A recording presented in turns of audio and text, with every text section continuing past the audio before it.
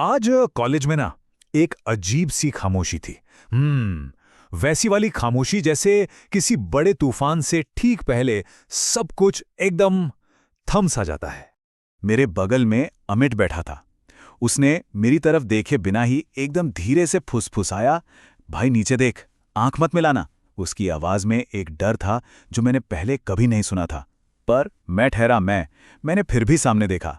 3 लोग हमारी ही तरफ आ रहे थे और बीच में विक्रांत, कॉलेज के ट्रस्टी का बेटा। वो चलता नहीं था समझो, राज करता था। मुझे आज भी याद है, शायद उसकी शर्ट के सिर्फ एक बटन की कीमत अमित की पूरी सेमेस्टर फीस के बराबर होगी। उसके साथ रिया, सना की कजिन, दिखने में खूबसूरत थी, पर उसकी खूबसूरती में ना एक जलन झलकती थी। वो सना से बहुत जलती थी। शायद इसलिए कि सना को नोटिस होने के लिए कोई कोशिश ही नहीं करनी पड़ती थी। और उनका निशाना सना थी। मेरी नज़र फौरन कैंटीन के उस कोने में गई जहां वो अकेली बैठी पढ़ रही थी। बेचारी, उसे तो अंदाजा तक नहीं था कि ये तीनों सीधे उसी की तरफ बढ़ रहे हैं। विक्रांत सीधा उसके सामने जाकर रुका और उसने सामने पड़ी कुर्सी पर एक जोर की लात मारी। फिर सना की किताब पर हाथ रखकर उसे बंद कर दिया। बोला, पढ़ाई छोड़, मेरे पापा की तेरे पापा से बात हो गई है, शादी की तारीख पक्की करनी है। सना का चेहरा एकदम सफेद पड़ गया था।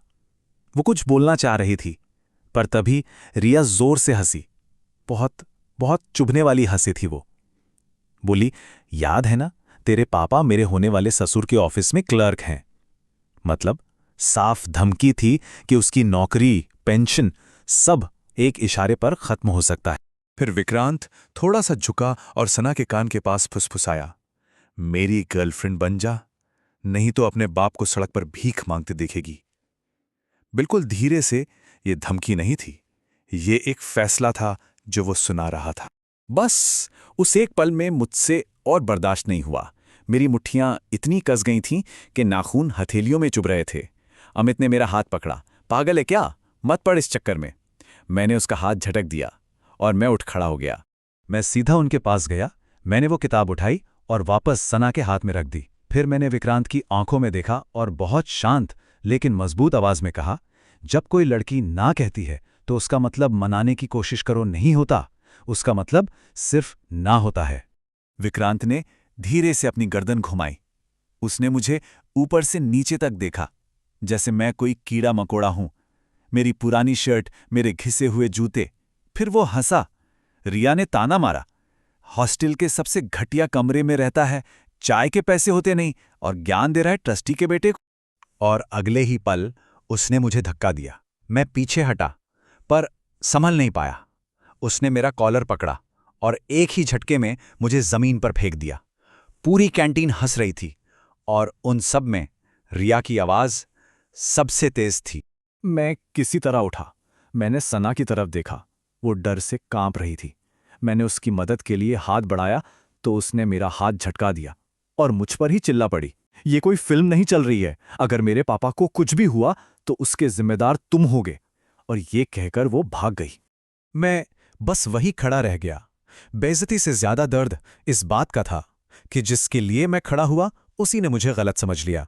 उस रात मैं हॉस्टल की छत पर था, एकदम अकेला। कैंटीन में बैठे हर शख्स को, विक्रांत को, रिया को, यहां तक कि सना को भी, सबको यही लगा होगा कि मैं हार गया, कि मैं टूट गया हूं। पर उन्हें एक बात नहीं पता थी। उन्हें यह नहीं पता था कि मैं हूं कौन। मैंने अपने बैग की एक छिपी हुई जिप खोली। उसके अंदर एक और कंपार्टमेंट था।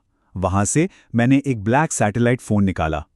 यह फोन सिर्फ एक ही नंबर पर लगता है, मेरे परिवार के हेड ऑफ सिक्योरिटी के पास। फोन उठाते ही दूसरी तरफ से आवाज आई, सर गाड़ी भेजूं? मैंने कहा नहीं। एक पल की खामोशी के बाद मैंने कहा, विक्रांत इंडस्ट्रीज के बारे में सारी जानकारी निकालो। उसकी आवाज में थोड़ी हैरानी थी। सर सब ठीक तो है? मैंने उसकी बात का जवाब नहीं दिया। मैंने बस इतना कहा, मुझे वो कंपनी खरीदनी है। कल सुबह मार्केट खुलने से पहले उस कंपनी के 51% शेयर्स हमारे होने चाहिए, अलग अलग गुमनाम होल्डिंग्स के जरिए। किसी को भनक तक नहीं लगनी चाहिए कि खरीदार कौन है।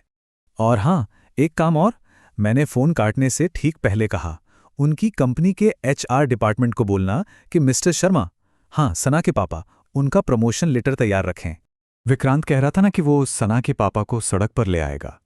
कल सुबह जब विक्रांत का बाप अपने ऑफिस जाएगा तो वो मेरे परिवार के लिए काम कर रहा होगा। कहते हैं कि सोते हुए शेर को कभी नहीं छेड़ना चाहिए। आज विक्रांत ने बस यही एक गलती कर दी थी।